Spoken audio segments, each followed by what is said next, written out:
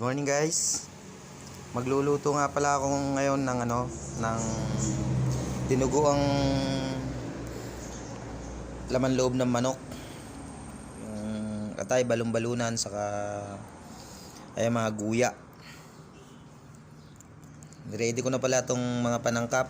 Dito may luya rito, sili, bawang, saka sibuyas. Samahan nyo ako guys, hiwa-hiwain ko lang muna to. I-start na ako magluto. Ayan guys, sinamahan ko rin pala ng konting laman galing sa pitso kasi kukunti pag mga laman loob lang na ilalagay ko. Kaya sinamahan ko ng konting laman. Ayan, tapos ko nang hiwain yung mga laman loob. Ayan, okay na. Kaya ang gagawin natin, magpapainit na tayo ng mantika. Magpapainit na tayo ng mantika dito sa kawali. Painitin muna natin tong kawali.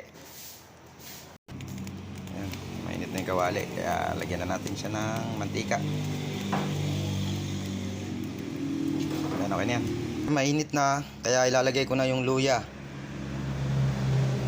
Pag nagigisa kasi ako, inuuna ko yung luya. Ayan, halo-haloin lang muna. Okay, pag okay na yung luya, susunod ko naman tong bawang saka sibuyas. Pasabay na to. Ayan. Tapos halu-haluin lang. Ayan, hanggang sa pumula siya. Ayan, okay na. Mapula na yung bawang, sibuyas, luya sa sili. Ilalagay ko na tong yung mga lamang loob ng manok. May kasama rin palang laman yan, saka bituka. Kasi pagka yun lang konti kaya sinamahan ko ng konting laman. Ang gagawin ko dito, igigisa ko to hanggang sa papuputukin ko to para talagang maluto. Ayan, halo-halo lang. Malapit na to. May putok-putok na eh. Pero kulang pa. Bagyan na lang to. Puputok na eh. Okay na siya. Talagang natusta na siya. Naprito na. Puputok na. Kung matigas pa to, dadagdagan ko pa na yung pinaglagaan yung sabaw. Yung sabaw niya. Ayan o.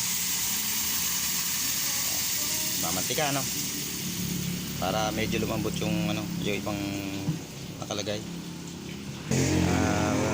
Hinihintay ko lang matuyo to. Pagka natuyo to, pwede ko na siguro ilagay yung dugo. Malambot na to.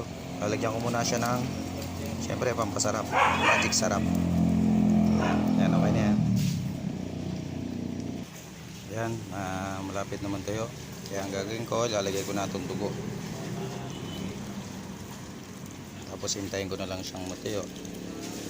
Halu-haluin lang to para lumapot. Malapit na to. Yan, okay na. Luto na yung ating masarap na dinuguang lamang loob ng manok. Kain tayo mga guys. Thank you sa panonood. Bye bye.